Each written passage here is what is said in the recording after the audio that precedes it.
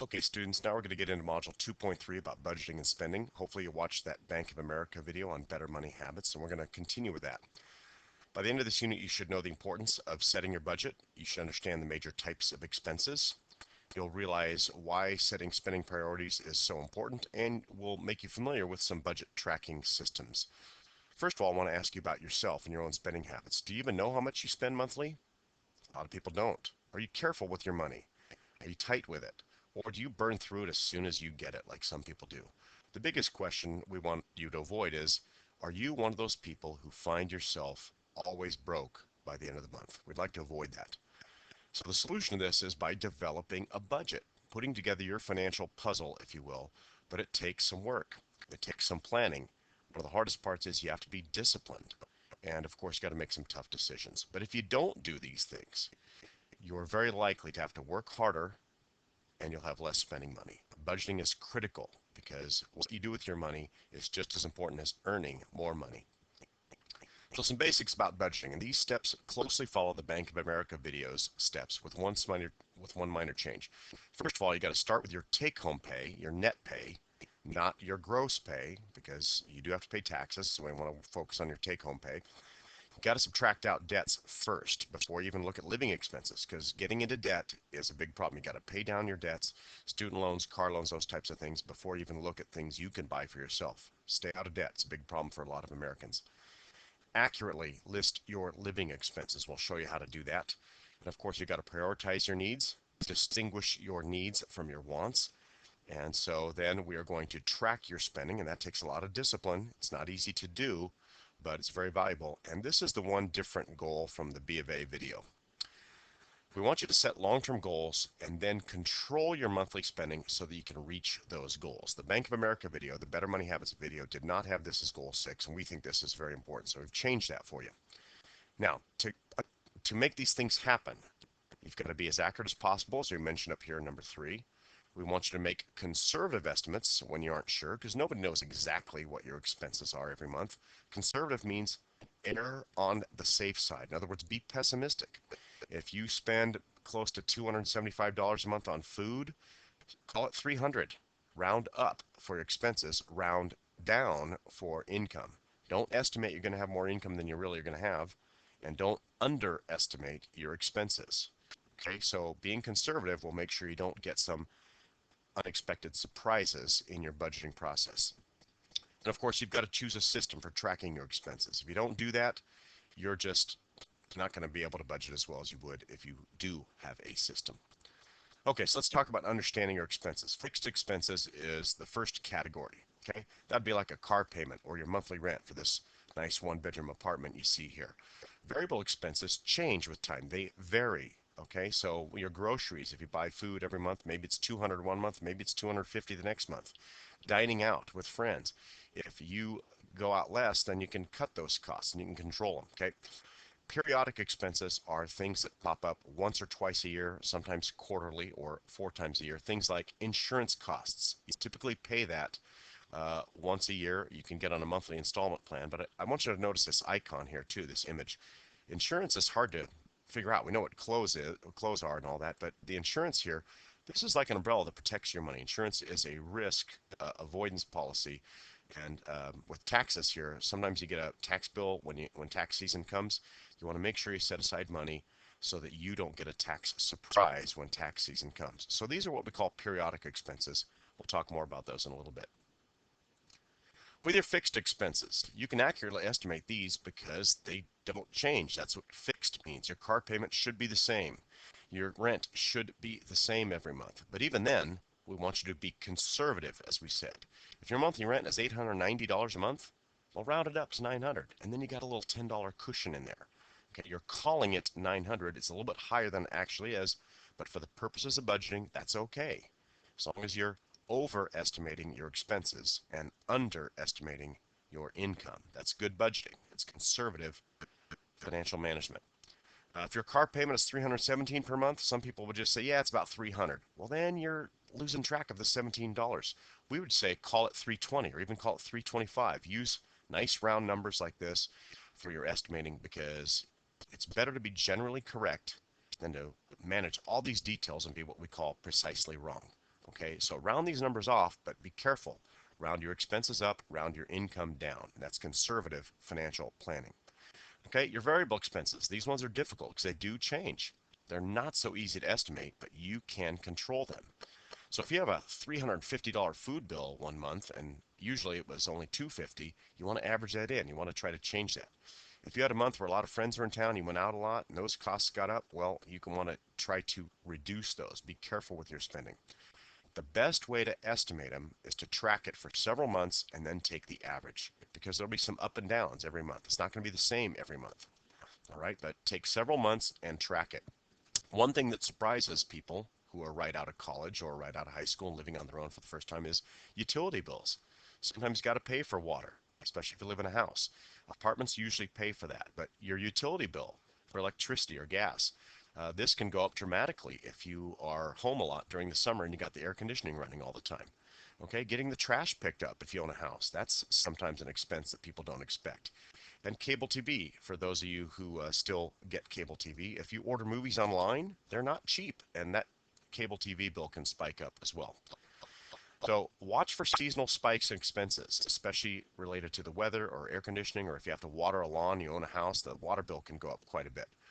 All right, and one other expense that we all are getting more and more familiar with is your phone bill. If you buy apps quite a bit, you want to watch that and check your phone bill.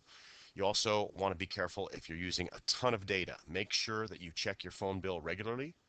Make sure you're on the right plan and watch for those expenses with data or with app fees. So get a full year's worth of these estimates if you can, and divide it by 12 so you can average it out. But estimating your variable expenses is a critical part in the budgeting process. Now, for your periodic expenses, a real simple example here would be insurance, right? They sometimes surprise people. They're not expecting to pay taxes at the end of the year, or they're not expecting that insurance payment. Okay, so you've got to set money aside to prepare for them. For example, if your car insurance is, say, $1,200 a year, well, you need to have $100 in your monthly budget, right? $1,200 divided by 12 months in a year is $100 a month. Okay, so your dollars won't be exactly even like this, but whatever the cost is, divide by 12 and round it off. Remember to round it up, like we said, conservative estimating, and put that in your monthly budget. The tax thing is huge. Remember in module 2.1, we talked about the W-4 form at your employer, where you decide how many allowances you have and how much money is going to come out of your paycheck so that you don't get a big tax surprise at the end of the year when you do your taxes. You've got to make sure you're taking enough money out so you don't get a nasty surprise when that comes.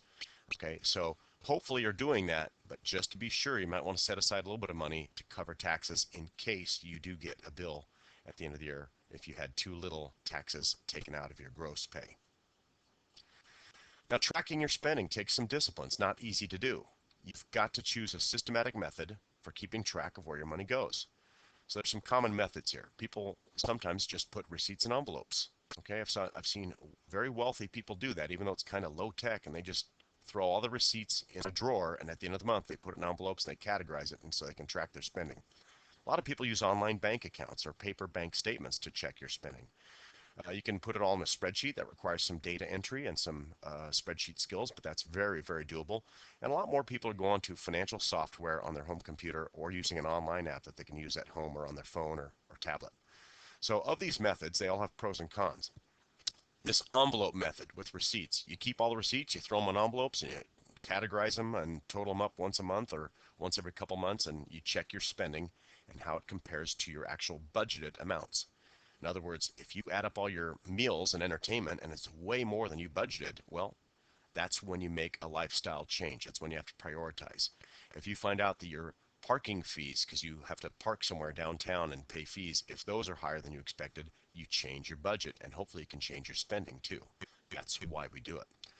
Now, the pros of this method are it's simple and easy.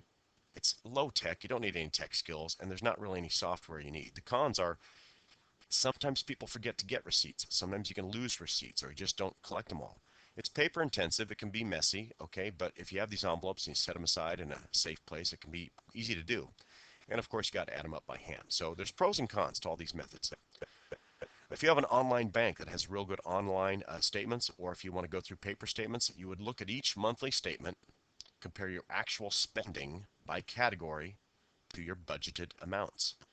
Now, the pros of this method are it's easy and it's accurate, especially if all your spending goes through one checking or savings account.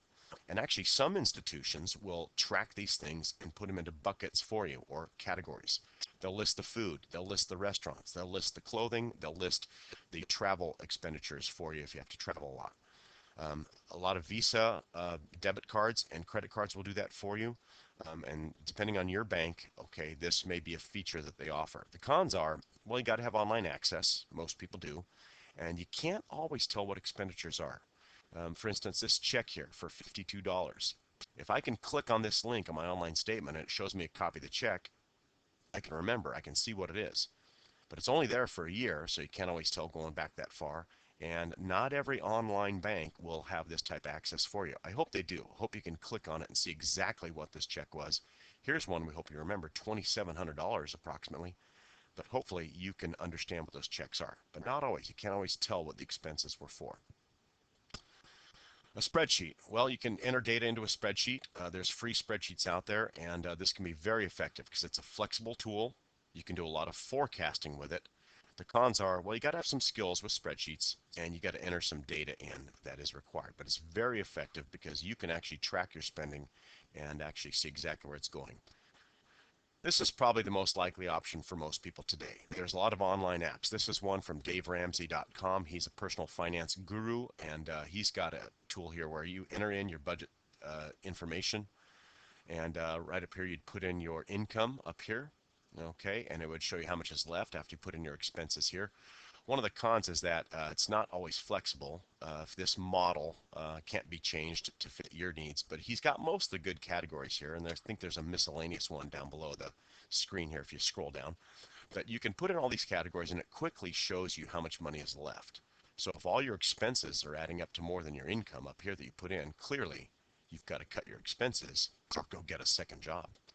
Okay, it's free and easy to use. It gives easy to read results. It's mobile. You can do it from your phone. You can do it from your tablet. You can do it at home on a computer.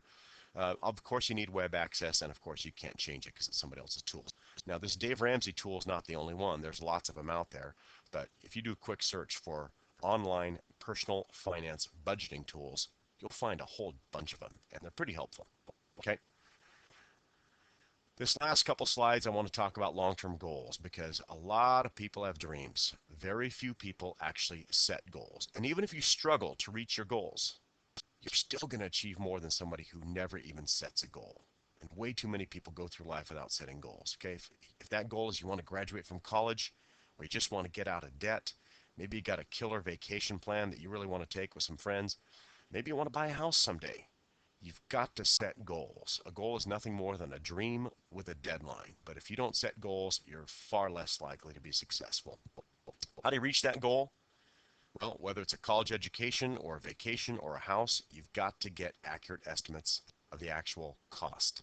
Then establish a timeline. When do you want to reach your goal? Do you want to own a house 5 years down the road, 6 years down the road? When do you want to go to college? In a couple of years, you're already out of college.